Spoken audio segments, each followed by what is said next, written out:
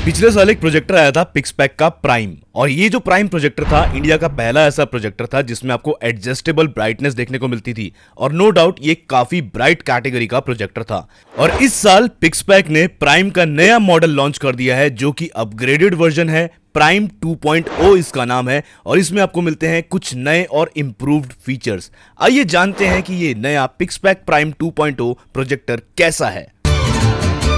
मैं आपके लिए बढ़िया टेक रिव्यूज लेके आता हूं तो चैनल को सब्सक्राइब जरूर करना। तो ये पिक्सपैक प्राइम 2.0 प्रोजेक्टर जो आता है हमारा 11200 ल्यूमेंस की पीक ब्राइटनेस के साथ में आता है। इसमें मिलता है आपको 8000:1 का कॉन्ट्रास्ट रेशियो। नो डाउट इस प्रोजेक्टर की ब्राइटनेस आपको काफी ज्यादा बढ़िया देखने को मिलने वाली है। ब्लैक्स भी आपको जो है इसमें डीप मिलने वाले हैं। और इतना ही नहीं, ये प्रोजेक्टर वैसे तो फुल एचडी प्रोजेक्टर है लेकिन इसको अपस्केल करके आप 4K को आप जो है इस पे प्लेबैक ले सकते हो।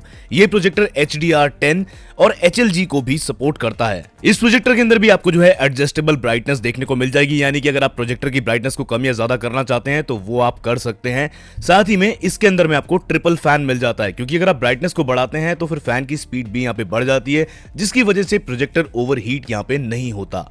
मैं यहाँ पे एक बात बोलना चाहूंगा, आप प्रोजेक्टर लेते किस लिए हो? आप प्रोजेक्टर में पैसा इन्वेस्ट इसलिए करते हो कि आप अपने रूम में एक सिनेमा वाली फील ले सको। अगर प्रोजेक्टर की पिक्चर क्वालिटी ही बढ़िया नहीं होगी तो फिर उस प्रोजेक्टर का कोई फायदा नहीं है। और प्रोजेक्टर में अगर आपको ब्राइटनेस अच्छी मिल जाए तो इवन यहाँ पे जैसे मैंने रूम की लाइट्स को ऑन कर रखा है और ये लाइट जो मैंने यहाँ पे ऑन कर रखी है 20 वाट की ट्यूबलाइट है, इस रोशनी में भी आपको जो है इस तरह की क्वालिटी ये प्रोजेक्टर निकाल के दे देता है। तो ब्राइटनेस की जब मैं बात कर रहा हूं तो इस प्रोजेक्टर की ये बात मुझे काफी अच्छी लगी कि लाइट में भी इसकी परफॉर्मेंस काफी मस्त निकल के आती है।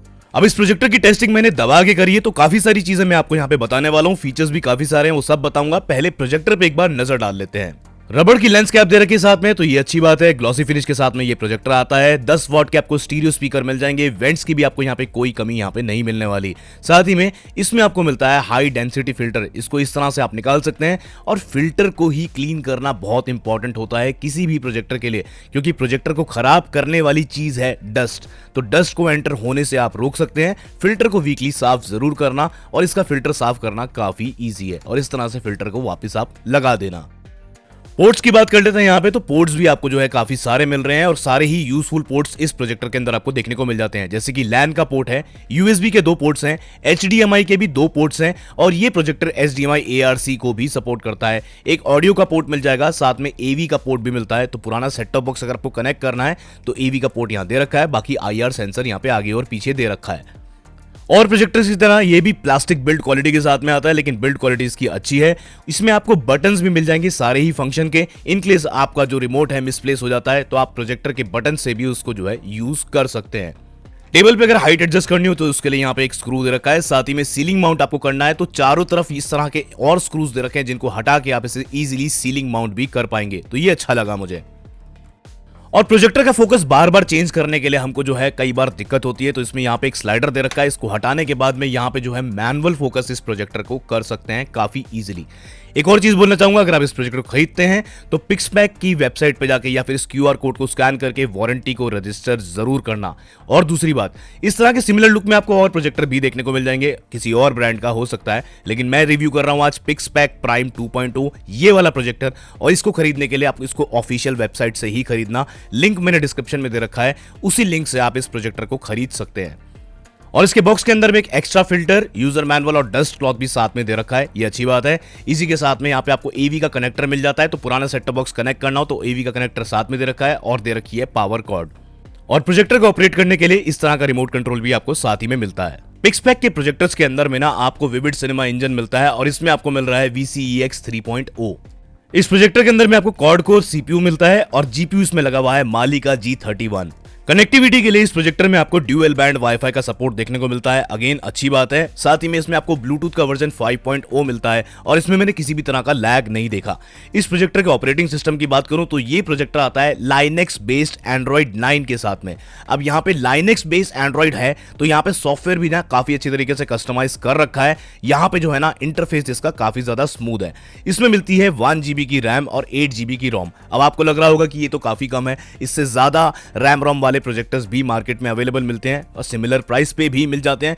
लेकिन यहाँ पे मैंने एक चीज़ नोटिस की है, कई बार क्या होता है ज़्यादा रैम रोम में भी, रिसेंट मैंने कुछ प्रोजेक्टर्स को टेस्ट किया है, ये प्रोजेक्टर उन्हीं प्रोजेक्टर्स के मुकाबले काफ़ी ज़्यादा स्मूथ प्लेबैक भी देता है। दूसरी बात, प्रोजेक्टर में एक कमी मुझे लगती है, क्योंकि इन प्रोजेक्टर्स के अंदर में आपको वाइड वन L1 का सपोर्ट नहीं मिलता है। तो वैसे भी अगर आपको OTT देखना है हाई क्वालिटी में, आपको कोई ना कोई एक्सटर्नल डिवाइस तो कनेक्ट करना ही पड़ेगा। मैंने यहाँ पे एक सर्टिफाइड एंड्रॉइड टीवी बॉक्स को यहाँ पे कनेक्ट किया है, और वो कनेक्ट करने के बाद में मैंने यहाँ पे 4K 60 FPS तक के वीडियोस को स्मूथली यहाँ पे प्ले किया है। तो यहाँ पे ना एक्सटर्नल डिवाइस इंपॉर्टेंट हो जाता है इन प्रोजेक्टर्स के अंदर में, जिसको लगाने के बाद में आप अपस्केल कर सकते हैं। OTT देखना चाहते हैं, कुछ भी देखना चाहते हैं, तो उसको आप 4K में प्लेबैक यहाँ पे ले सकते हैं। मैक्सिमम स्क्रीन साइज ये प्रोजेक्टर ले जा सकता है 600 इंच तक, लेकिन 600 इंच कौन प्रोजेक्ट करेगा, और उसमें कहीं ना कहीं थोड़ी बहुत क्वालिटी कॉम्प्रोमाइज करनी ही पड़ेगी। 150-200 इंच पे आप इस प्रोजेक्टर को अगर आप प्रोजेक्ट करेंगे तो आपको इस तरह की क्लैरिटी देखने को मिल जाएगी। मैंने 100 इंच पे इसको जो है मैक्सिमम प्रोजेक्ट करके देखा है, एंड यहाँ पे क्लैरिटी इसकी काफी बढ़िया देखने को मिल जाती है। मेरे चैनल पे आपको काफी सारे टेयर डाउन वीडियोस भी देखने को मिल जाएंगे, लेकिन मैंने अभी तक कोई भी प्रोजेक्टर में ज्यादातर जो है लैंप का इशू देखने को नहीं मिला, क्योंकि लैंप जो है ना अच्छे खासे चले जाते हैं। इस प्रोजेक्टर की लैंप लाइफ आपको अप टू 40,000 आवर्स की मिलने वाली है। और जैसा मैंने कहा था, प्रोजेक्टर में डस्ट जाती है, उसी से प्रोजेक्टर्स जल्दी जो है खराब होते हैं, इसलिए इसके डस्ट फिल्टर को आप वीकली क्लीन जरूर करना। इस प्रोजेक्टर के अंदर में आपको जो है क्वाड फ्लैश टेक्नोलॉजी मिल जाती है, जिससे आपको जो है सीन्स जो हैं वो स्मूथ मिल जाते हैं। मोशन ब्लर का भी कोई इशू मैंने इस प्रोजेक्टर के अंदर में नोटिस नहीं किया। ऑटो के साथ साथ 4 पॉइंट मैनुअल कीस्टोन को भी आप यहाँ पे एडजस्ट कर सकते हैं, जिसकी मदद से आप जो है कॉर्नर्स को लेस ब्लर एक्सपीरियंस कर सकते हैं। प्रोजेक्टर को सेंटर में प्लेस करेंगे तो अच्छा एक्सपीरियंस तो मिलेगा ही। जूम का ऑप्शन भी इस प्रोजेक्टर के अंदर आपको देखने को मिल जाता है। बाकी इसका आप एस्पेक्ट रेशियो चेंज करना चाहें तो 16:9 या 4:3 में आप जो है स्विच कर सकते हैं। अब एक और ऑप्शन यहाँ पे अच्छा मिल जाता है कि यहाँ पे आप पिक्चर को जो है वो कस्टमाइज कर सकते हैं अपने टेस्ट के अकॉर्डिंग। तो यहाँ पे आपको जो है काफी सारे प्रीसेट्स मिल जाते हैं, ब्राइटनेस वगैरह को एडजस्ट करना हो, कलर टेम्परेचर को एडजस्ट करना हो, वो सारे ऑप्शन इस प्रोजेक्टर के अंदर है। इवन साउंड कस्टमाइजेशन का ऑप्शन भी इस प्रोजेक्टर में है। जब मैंने इस पे अपना एंड्रॉइड टीवी बॉक्स कनेक्ट किया, उसके बाद में भी यहाँ पे गामा का ऑप्शन मिलता है, जिसमें आप डार्क, मिडिल या ब्राइट को जो है एडजस्ट कर सकते हैं। गेमिंग के लिए भी ये प्रोजेक्टर काफी सही है। गेमिंग एक्सपीरियंस भी आपको इस प्रोजेक्टर पे जो है बढ़िया मिल जाएगा। इसमें बिल्ट इन मीराकास्ट दे रखा है, और मैंने यहाँ पे मीराकास्ट जब किया अपने फोन को तो मैंने किसी भी तरह का लैग नहीं देखा। ये मुझे काफी अच्छी बात लगी। जैसा मैंने अभी आपको बताया था कि इस प्रोजेक्टर के अंदर में 1 GB की रैम है, तभी भी यहाँ पे मीरा कास्ट में किसी तरह का लैग नहीं है। स्मूथली आप अपने फोन को कास्ट कर सकते हैं यहाँ पे, एंड यहाँ पे फोन का कंटेंट आप अपनी बड़ी स्क्रीन पे देख सकते हैं। 10 वॉट का आपको यहाँ पे स्टीरियो स्पीकर देखने को मिलता है, एंड ये सैंपल आप सुन लीजिए।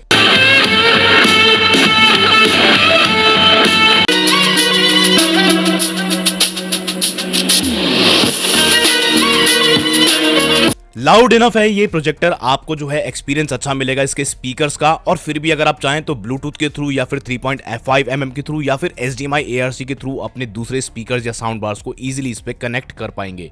अब यहाँ पे मैं एक पर्सनल चीज बताना चाहता हूँ। आजकल ना सारे ही प्रोजेक्टर्स, चाहे वो 10,000 रुपए वाले हो, 20,000 वाले हो या 30,000 वाले हो, सब में ना आजकल ब्रांड्स जो है ना ऑटोमेटिक फोकस देने में लगे हुए हैं। लेकिन ना मेरे से बहुत सारे लोग कमेंट में पूछ चुके हैं कि भाई ऑटो फोकस बढ़िया रहता है या मैनुअल फोकस।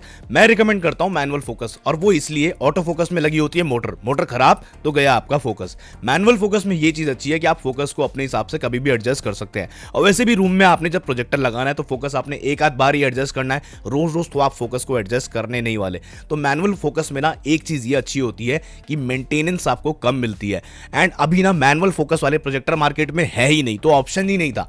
तो यहाँ पे ये चीज अच्छी करी है पिक्सपैक ने कि आपको एक ऑप्शन मिल गया है कि अगर आप मैनुअल फोकस वाले ब्राइटर कैटेगरी के प्रोजेक्टर के साथ में जाना चाहते हो तो आपके पास में एक ऑप्शन यहाँ पे मिल जाता है आपको। मैंने इस प्रोजेक्टर की जितनी भी टेस्टिंग करी है ना, मेरे को ओवरऑल इस प्रोजेक्टर की ब्राइटनेस कंपैरेटिवली इस प्राइस पॉइंट पे अभी तक की बेस्ट लगी है। तो ये एक one of the best projector हो सकता है इस प्राइस पॉइंट की कैटेगरी के अंदर। प्राइस की बात भी कर लेते हैं। इसका जो MRP है वो है 28,999, लेकिन रुकिए, इस प्राइस पॉइंट पे आपको नहीं मिलेगा, आपको कम रेट पे मिल जाएगा।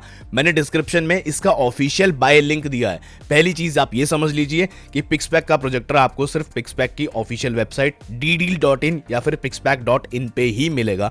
डिस्क्रिप्शन में जो लिंक है उसी को फॉलो करना। साथ में मैंने एक वहां पे कूपन कोड दे दिया है, जिसको अप्लाई करने के बाद में 8,000 रुपए का डिस्काउंट मिल रहा है। यानी इस प्रोजेक्टर की इफेक्टिव कॉस्ट होती है 20,999।